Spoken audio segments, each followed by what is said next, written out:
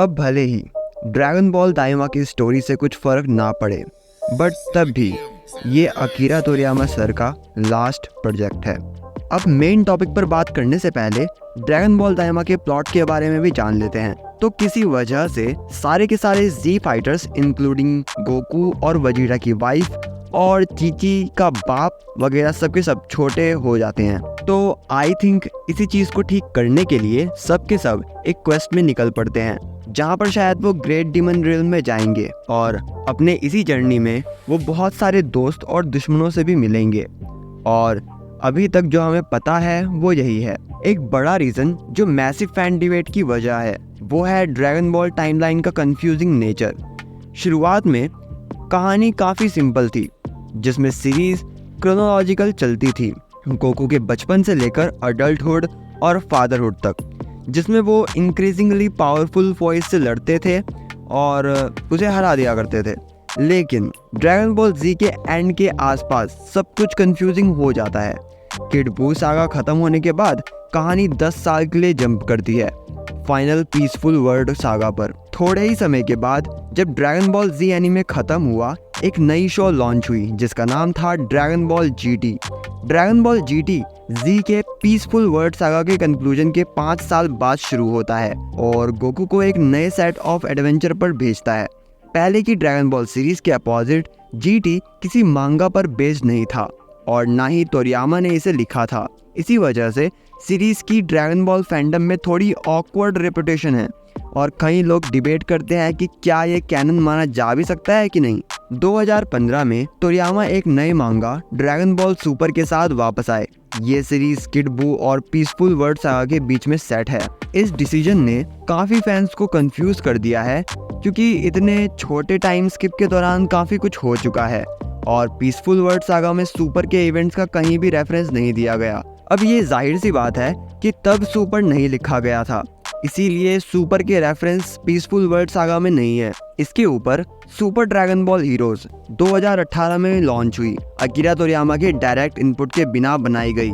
ये ओएनए और मांगा सीरीज को ड्रैगन बॉल हीरोज और super dragon ball heroes collectible card arcade games को प्रमोट करने के लिए बनाया गया था, जबकि इस सीरीज ने कभी ये क्लेम नहीं किया कि ये कोर ड्रैगन बॉल फ्रेंचाइज के कैनन का हिस्सा है।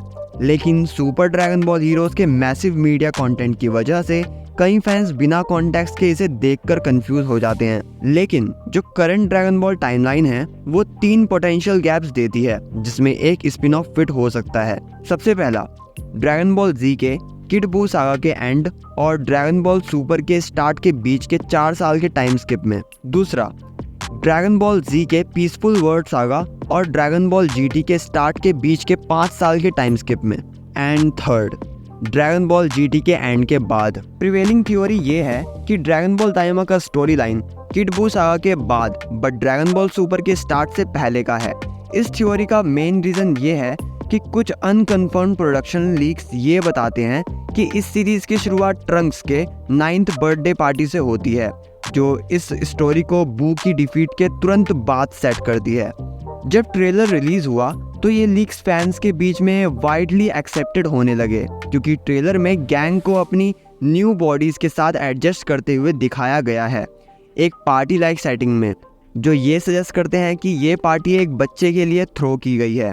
फैंस ट्रेलर के कई डिटेल्स को इस टाइमलाइन प्लेसमेंट का एविडेंस मानते हैं।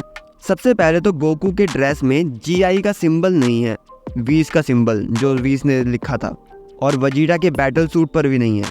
गोकू को Whis marked gi Dragon Ball Z resurrection F movie और ड्रैगन बॉल सुपर के 19th episode despair redux the return of the evil emperor Frieza में मिलती है, जो सजेस्ट करता है कि ये स्टोरी गोकू के वीस के साथ ट्रेनिंग स्टार्ट करने से पहले की है।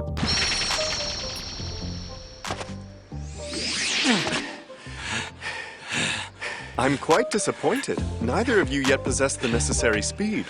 Look, I even signed both of your tops. What? When did you do that? Plus trailer में ना तो वीज है और ना ही बीरस, जो ये इम्प्लाई करता है कि ये बैटल ऑफ गॉड्स मूवी से पहले सेट है, क्योंकि जब ये दोनों आए हैं तब से वो फ्रेंचाइज में ओमनी प्रेजेंट दिखते हैं। लेकिन ये भी नोट करना चाहिए कि गोकू ने वीस के जीआई को सुपर के trunk, I think future Trunks arc था, वहाँ से पहनना बंद कर दिया था।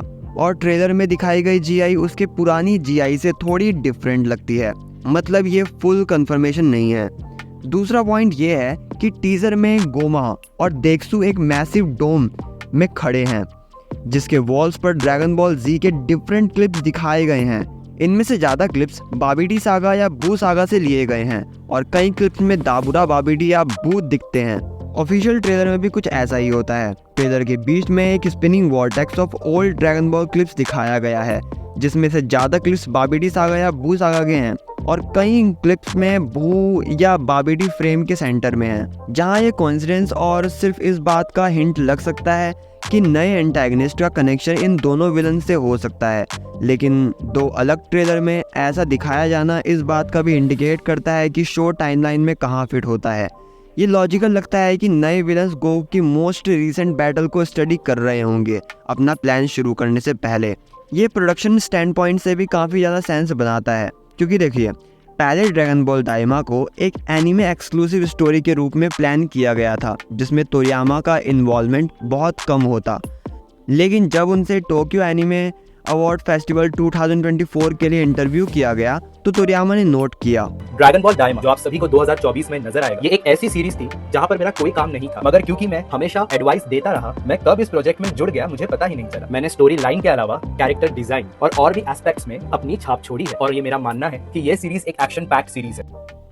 अगर सीरीज को इनिशियल स्टैंड अलोन स्टोरी के रूप में प्लान किया गया था जिसमें तोरियामा का मिनिमल इनपुट था, तो ये स्टोरी को ड्रैगन बॉल सुपर के काफ़ी सालों पहले सेट करना समझदारी लगती है, क्योंकि जब दाइमा प्रोडक्शन में था तब ड्रैगन बॉल सुपर ऑनगोइंग थी। अगर कोई नया dragon Ball super chapter release होता और शो के इवेंट से कॉन्ट्रडिक्ट करता तो उससे सीरीज का मोमेंटम और मर्चेंडाइज सेल्स खत्म हो जाती। इसीलिए स्टोरी को पास्ट में सेट करना बिजनेस सेंस बनाता है। लेकिन कुछ डिटेल्स ट्रेलर में दिखाए गए टाइमलाइन प्लेसमेंट के अगेंस्ट जाते हैं। सबसे बड़ा इशू ये है कि ट्रेलर में सुप्रीम काइशिन और उसके सर्वेंट किबितो को अलग अलग बींग्स के रूप में दिखाया गया है। ये कंफ्यूजिंग है क्योंकि दोनों ने ड्रैगन बॉल जी के फ्यूजन सागा में किबितो काई बनने के लिए फ्यूजन किया था और ये फ्यूजन तब तक रहा जब तक ड्रैगन बॉल सुपर में उन्होंने नामेकियन ड्रैगन बॉल को यूज करके अपने आप को दो अलग अलग बींग्स में स्प्लिट नहीं कर दिया। ये इंडिकेट करता है कि दाइमा का प्लॉट ड्रैगन बॉल सुपर के बाद का हो सकता है, लेकिन ये भी एक पॉसिबिलिटी है कि ये स्पेल का एक साइड इफेक्ट हो जिसने बाकी कैरेक्टर्स को बच्चा बना दिया हो और किबितो काई फॉर्म कभी बच्चा नहीं बना। ड्रैगन बॉल दाइमा एनिमे हिस्ट्री में एक मैसिव मूवमेंट बनने वाला है। सिर्फ टाइम ही बताएगा कि शो ड्रैगन बॉल की कंटिन्यूटी में कैसे फिट होता है। लेकिन अब तक जो रिवील किया गया है उसके बेस पर लगता है कि ये शो ड्रैगन बॉल जी के किड बू सागा के एंड और ड्रैगन बॉल सुपर के स्टार्ट के बीच का हिस्सा होगा।